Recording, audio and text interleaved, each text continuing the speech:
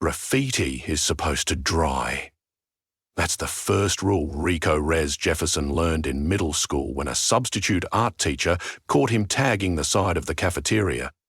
But Detroit had always insisted on exceptions, and somewhere between the singing steel of the foundries and the throb of sub-bass spilling from basement clubs, a second rule had been born. Nothing stays still after the sun goes down. Rez saw it again this Friday in late July, standing near the People Mover tracks as a lavender dusk slid across the sky. On the brick wall of an abandoned packet plant, a 20-foot-tall panther he'd painted during last spring's thaw flexed its fluorescent claws and began to peel itself from the masonry. The wall rippled like fabric, and the cat stretched as though awakening from a nap, muscles rolling beneath neon fur that smelled faintly of aerosol and rain-soaked asphalt. It wasn't the first creature he'd birthed that week. In Mexican Town, a monarch butterfly the size of a Buick hovered over Verner Highway, its wings beating gusts of air that rattled store signs. Over on the east side, a herd of chrome-splattered deer grazed in an empty lot, their antlers chiming like wind chimes when they collided. All of them were Rez's work, and all of them had recently begun breaking curfew, wandering away from their brick or concrete canvases the moment the last sliver of sun disappeared behind the Ambassador Bridge. Detroiters weren't shocked. Folks here had grown up with mythology parked in driveways, cars that roared like lions, assembly lines rumoured to breathe, and music that cured heartbreak mid-dance step. But this latest turn felt different, less like enchantment and more like a warning siren muffled by nostalgia. Every night the living murals grew bolder, staking territory, bartering for scraps, occasionally scaring late-shift nurses heading to their cars. The elder writers, those who'd painted when hip-hop still sounded like onomatopoeia, whispered that the city's soul was being jostled awake. Rez suspected someone was doing the jostling. That suspicion crystallized the evening a sleek black SUV purred to a stop beside him, its tinted window lowering to reveal Aldous Strake, head of strategic phantasmal development for Quanticorp, a multinational that sold everything from predictive algorithms to privatized constellations. Strake's salt and pepper hair lay immaculately, as if each strand had been negotiated into place. His suit was bone grey and shimmered faintly, woven with a filament Rez only half recognized from sigil diagrams, glyph thread capable of storing spells in its warp and weft. "Mr. Jefferson," Strake said, voice smooth as midnight vinyl, "your portfolio dazzles.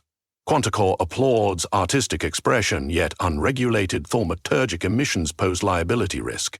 We'll be cleansing blighted structures next week, whitewashing, sealing, securing.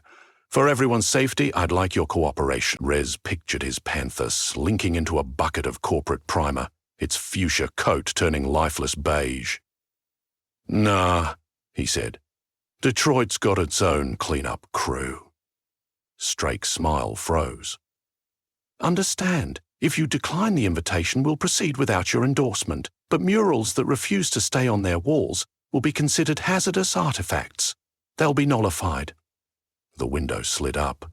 The SUV glided away, leaving the smell of cedar and ozone, as visited the Heidelberg Labyrinth, a sprawling outdoor gallery of junk sculpture and paint swirls where colour outnumbered bricks.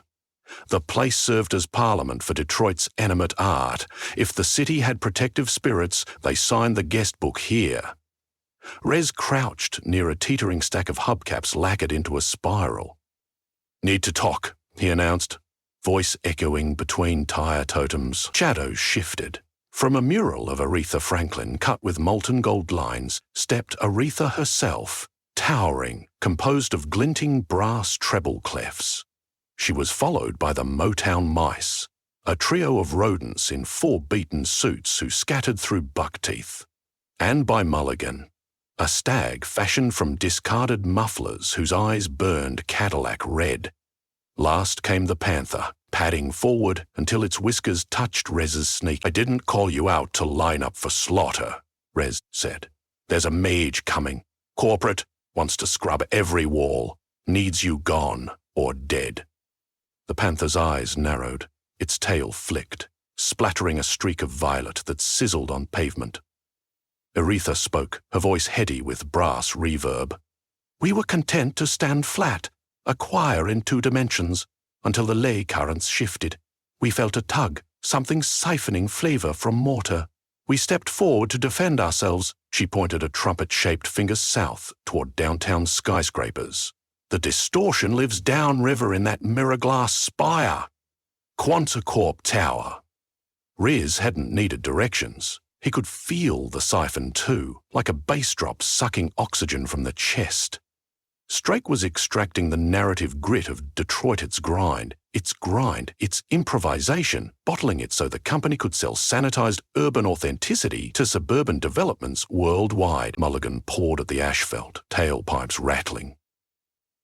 These whitewashers will cage us, but we won't crawl back into walls either. Freedom tastes of wet paint and wind. That's why we negotiate, Rez replied. We hit the tower together, shut off the siphon. Then you can go back to chillin' in your frames if you want, or keep wandering. I don't decide. But first we have to keep Strake from pressure washing the city's heartbeat. The Motown mice chittered nervously. We fight, said one in a tenor squeak. Aretha nodded. We will not be Prior Nova. Rez exhaled, relief mixed with terror. He'd never led a coalition that included a brass diva, mutant mice, a muffler deer, and a glow-in-the-dark predator. Too late to worry. The skyline hummed with approaching storm.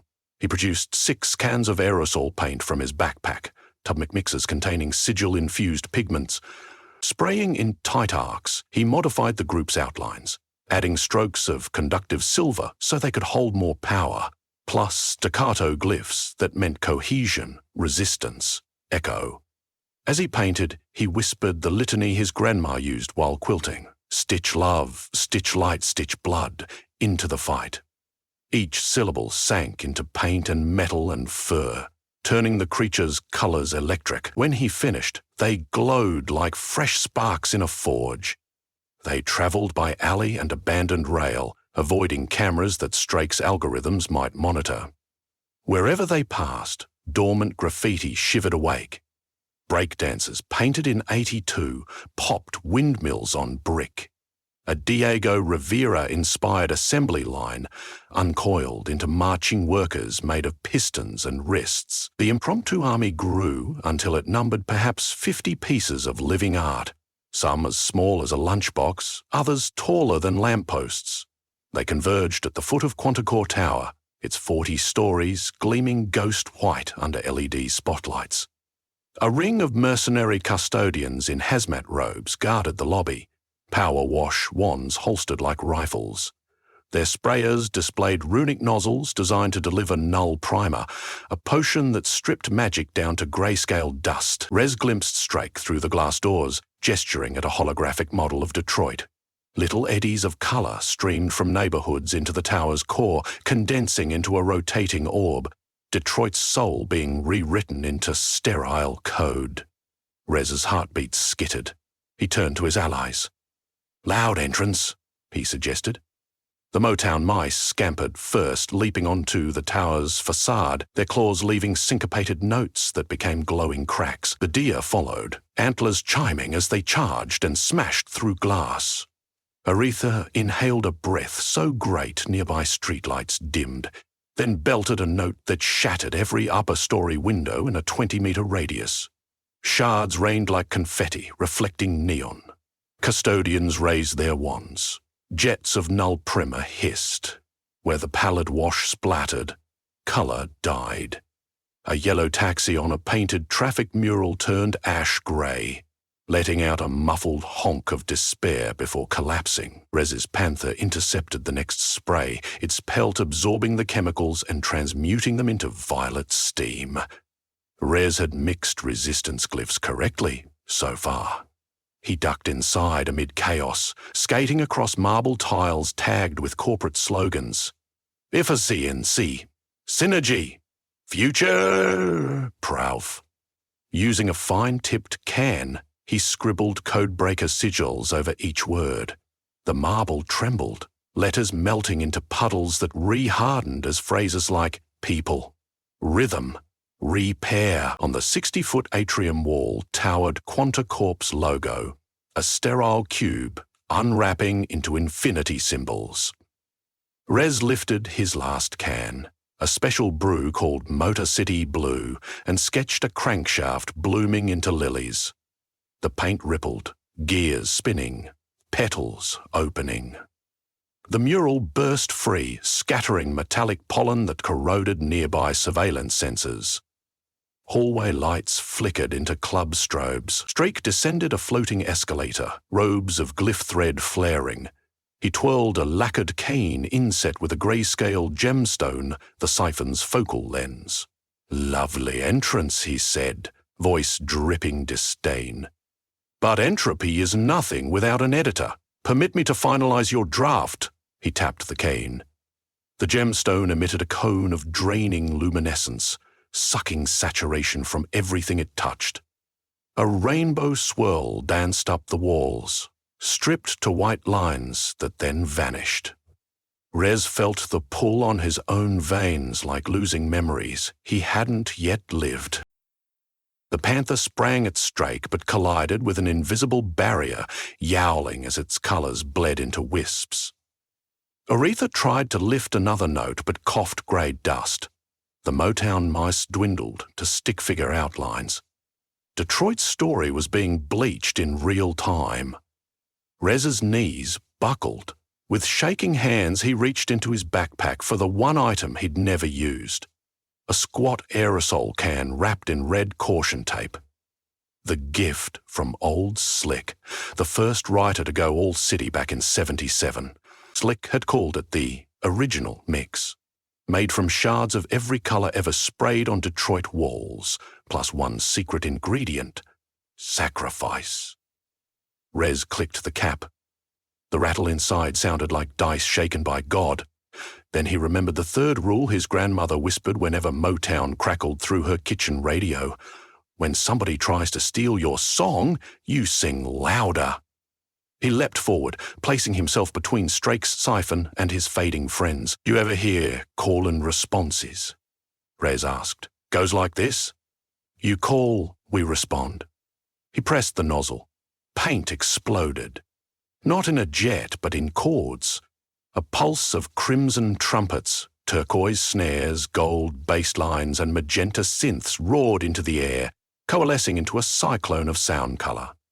It smelled of burning rubber and sweet corn sold outside Lions games, tasted of Werner's ginger ale, felt like a July night when the Tigers actually win. Inside the vortex, mural spirits regained flesh and pigment. The panther's coat ignited into radiance. Aretha's brass lungs refilled, her voice stronger than subwoofers. Mulligan's antlers sprouted exhaust pipe branches that crackled with blue fire. Strake reeled, his gemstone lens dimming. He thrust his cane, but the barrier flickered under the onslaught of rhythm and hue. Rez kept spraying, shapes of old streetcars, coney dogs, Motown records spiraling from his can. Each image found a place on walls, floor, ceiling, rewriting the tower's sterile lobby into a living map of Detroit history. For a moment, Rez glimpsed those who'd painted before him, ghostly silhouettes of writers long gone, signatures looping behind their heads. PSAs, Lady Pink, Murs, Tech 9. They layered colour upon colour, turning the lobby into a cathedral of graffiti prayers. The siphon stone cracked, a thunderclap slammed through glass, and the gemstone shattered, releasing a geyser of stolen hues that streaked upward like fireworks, disappearing into the night to reseed the city blocks from which they'd been taken. Strake screamed, suit unraveling as the stored spells inside its threads panicked without anchor. Glyphs snapped into runes of backlash, his hair sparked white, and he collapsed, shriveled, as photocopy paper left in rain. The custodians dropped wands and fled. Silence settled, broken only by Aretha humming a gentle chord progression. Detroit's spirit, or maybe just its stubborn refusal to be catalogued, filled the air like thick fog after a summer storm. Rez exhaled until his ribs ached. He looked at the now luminous creatures. "I can patch your walls, reinforce wards so no one else siphons you," he said. You can roam, but there's comfort in canvases too. Up to you. Mulligan clacked antlers thoughtfully. Stories travel better when stamped on wheels, he said, voice echoing metallic. But every wheel needs a garage to rest. Translation, Aretha added with a brass wink. We'll come home when we feel like it. The panther padded over and butted Rez's hip, leaving a streak of violet on his jeans, a signature. He patted its head, fingers brushing liquid light. They left the tower together. On the plaza, ordinary Detroiters had gathered. Janitors off shift, poets walking dogs, kids on BMX bikes, a grandmother in church hat. Their phone cameras recorded, but more importantly, their faces showed relief, mixed with wonder, like recognizing a melody you'd forgotten you loved. A little girl stepped forward, pointing at the panther. Can I pet it? Rez shrugged, and the panther lowered its head. The girl's hand came away dusted with glittering indigo, her smile lighting a radius bigger than the tower's LED floodlights ever could. In the following weeks, Quanticorp's retreat became legend. City Council tried to claim victory via hastily drafted cultural heritage ordinances. Journalists spoke of mysterious community activism. But people who'd been there at sunset knew. They'd felt bricks vibrate to 4/4 time. They'd watched murals step down, not as vandalism, but as kin offering their claws and cords for defense. Rez spent his days restoring damaged pieces, painting fresh anchors, adding new glyphs taught by Aretha during late-night jam sessions. He kept the original mix can on his shelf, now empty save for a tingle of possibility. He suspected it would refill itself when Detroit needed another chorus. Some evenings, he'd hear rapping across the rooftops, Mulligan and the Panther leading newborn figures through moonlit practice. A bebop dragon from Greektown, a steam-powered octopus off Jefferson Avenue. They chased each other, laughing in sprayed voices. And sometimes just before sunrise, the creatures returned to their walls, flattening back into paint with sighs like vinyl static. Waiting for the next sunset to sing themselves three-dimensional again. Detroit was still broke, still brilliant, still arguing with itself over potholes and property taxes. But its murals no longer tolerated silence. They had struck their bargain. The city would let them live, and they would stand guard against whoever tried to bleach the beat from its streets. Wherever colour met concrete, a pulse thrummed, steady as pistons, wild as scat. Impossible to program, too stubborn to die. Rez walked those streets every night with a satchel of fresh cans, ears tuned for distant rumblings of primer trucks. When the first stars winked on above the empty factories, he felt the city breathe. A bass note beneath the cooling asphalt, and he knew, as certainty as spray paint under fingernails, that should another mage arrive with buckets of whitewash, Detroit would answer again. Call and response, wall and roar, colour and roar, until the rhythms outlasted every shade of grey.